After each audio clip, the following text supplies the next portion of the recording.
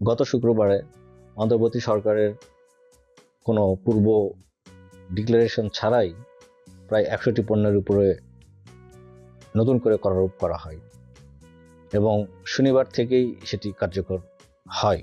ফলে জনগণের উপরে বাড়তি করের যে বোঝা, এটি একেবারেই বহন করার মতো অবস্থায় আর নেই। এখানে কিছু ব্যাপার আমলে নেওয়া যেতে পারে, যেমন আমাদের রিজার্ভ কমে যাওয়াতে 2023 সালের জানুয়ারিতে IMF থেকে প্রায় 470 কোটি মার্কিন ডলার ঋণ নেওয়া হয়, কিন্তু ঋণের বিপরীতে তারা বেশ কিছু শর্ত দেয় এবং সেই শর্তটা গত কয়েক বছরে বাস্তবায়ন করা সম্ভব হয়নি।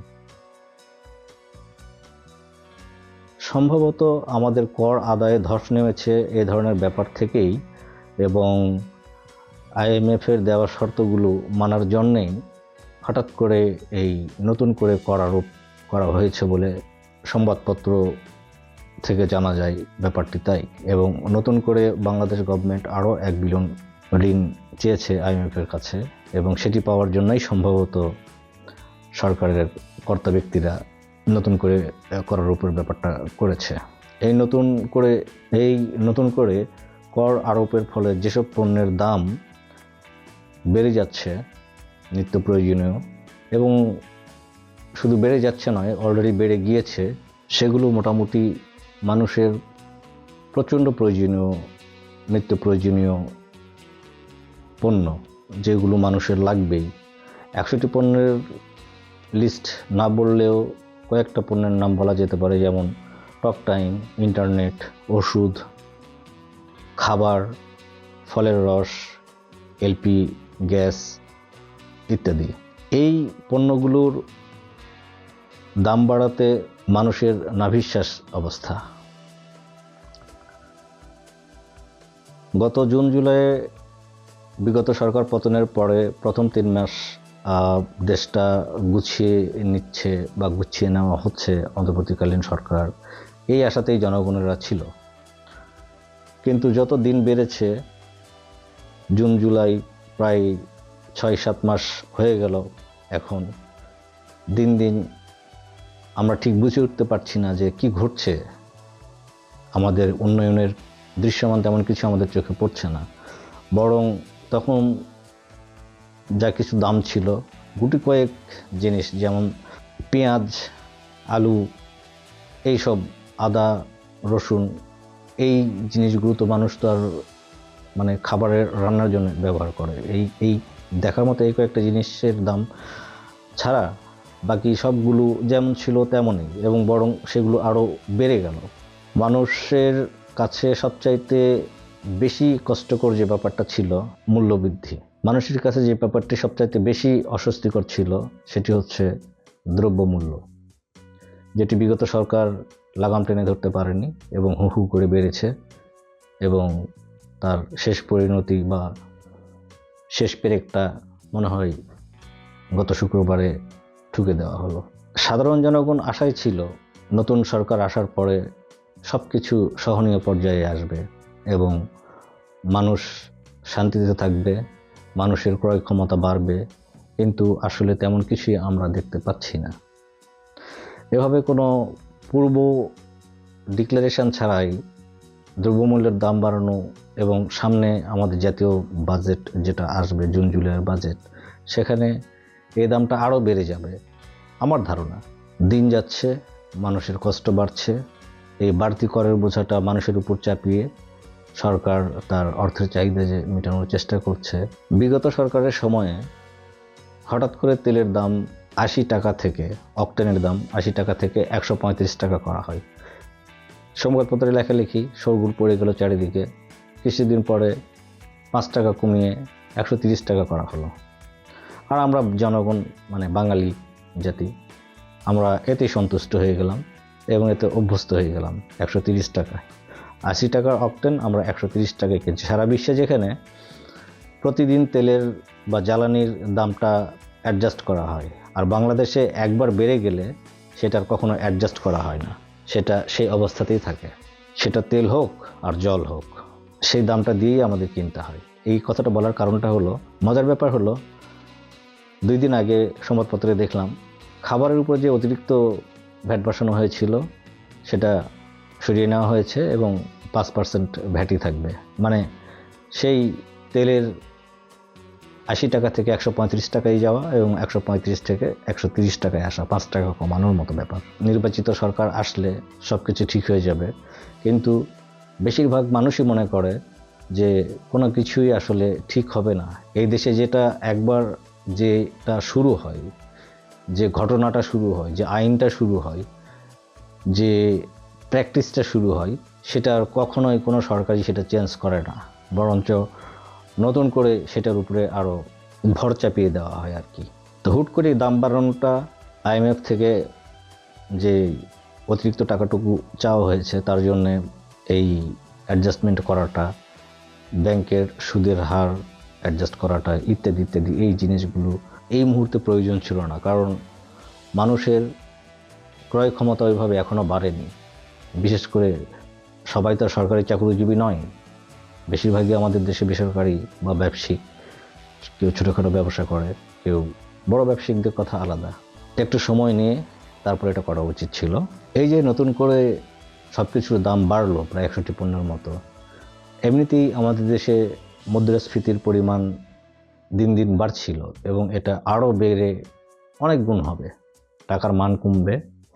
অর্থাৎ আপনি যে বেতন পাচ্ছিলেন সেই বেতন হয়তো কিঞ্চিত বাড়ানো হবে, বা কেউ কেউ বাড়াবে না, কোনো কোনো কোম্পানি হয়তো বাড়াবে না, কিন্তু আপনাকে অতিরিক্ত দামে আপনার আগের বেতনেই কিনতে হবে।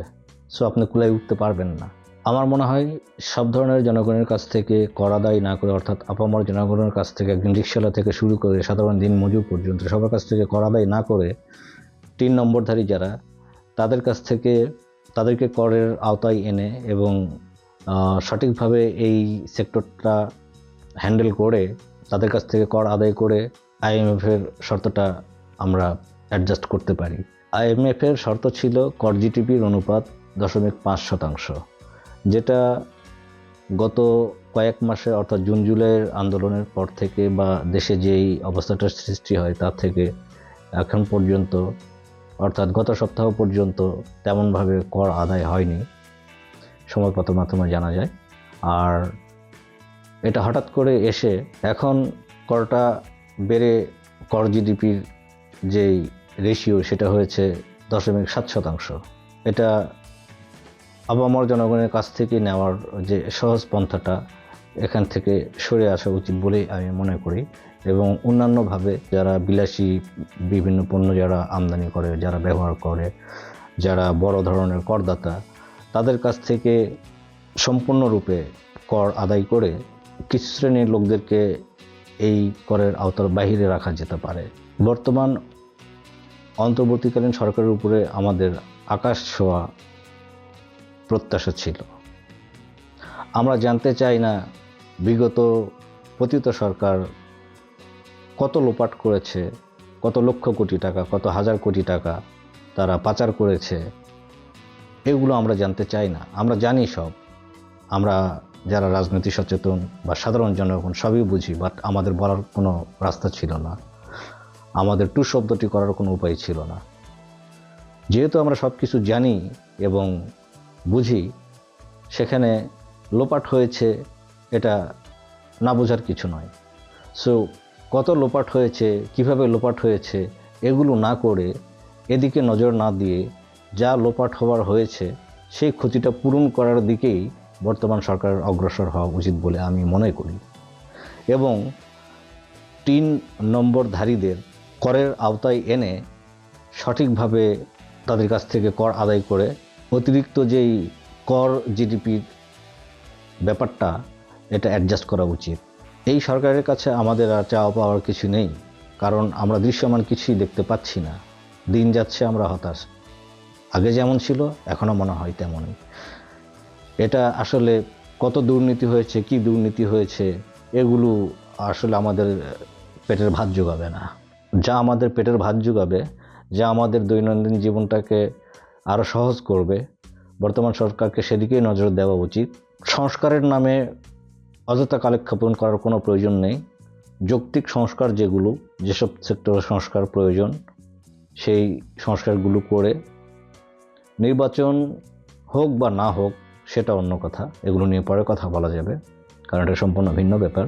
কিন্তু একটুখানি বাংলার জনগণ শান্তি চায়, একটু মানসিক স্ট্রেস কমাতে চায়, কিন্তু স্ট্রেস তো দিন দিন বাড়ছেই। নতুন করে দাম বাড়াতে আসলে লোকজনের খুবই খারাপ অবস্থা। এটা সরকারের বোঝা উচিত এবং এই ব্যাপারটা সরকারের দেখা উচিত। আসলে আমলাতান্ত্রিক জটিলতা কি জিনিস, এই জিনিসটা হয়তো অন্তর্বর্তীকালীন সরকারের প্রধান ওইভাবে বুঝতে পারেন নাই প্রথমে। রিসেট বাটনে চাপ দিয়েছিলেন ঠিকই, কিন্তু বাটনটি ঠিকমতো কাজ করে নাই, যার কারণে সবসময় আমরা দেখছি পত্রপত্রিকায়, মিডিয়াতে একের পর এক হাঙ্গামা লেগেই আছে, একের পর এক দাবি আদায়ের ব্যাপারগুলো ঘটছে, রাস্তাতে লোকজন নেমে পড়ছে, যা ইচ্ছে তাই হচ্ছে। আসলে সব কিছুতেই একটা যেন অব্যবস্থাপনা। আমরা আশা রাখি যে সরকার কোনো একটা ব্যবস্থা নেবে, যে নতুন করে পণ্যগুলোর দাম বাড়ানো হয়েছে, নিত্য প্রয়োজনীয় মানুষের জীবন বাঁচানোর জন্য ওষুধ একেবারেই প্রয়োজনীয়।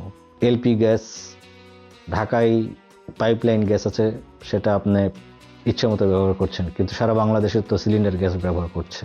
100 টাকা সিলিন্ডার প্রতি বাড়া মানে একটা পরিবারের কাছে অনেক কিছু, মধ্যবিত্ত পরিবারের কাছে। এরকম অনেক ব্যাপার আছে যে ব্যাপারগুলো এই দাম বাড়ানোটার পূর্ণ এফেক্ট পড়েছে এবং সবাই নাখোশ।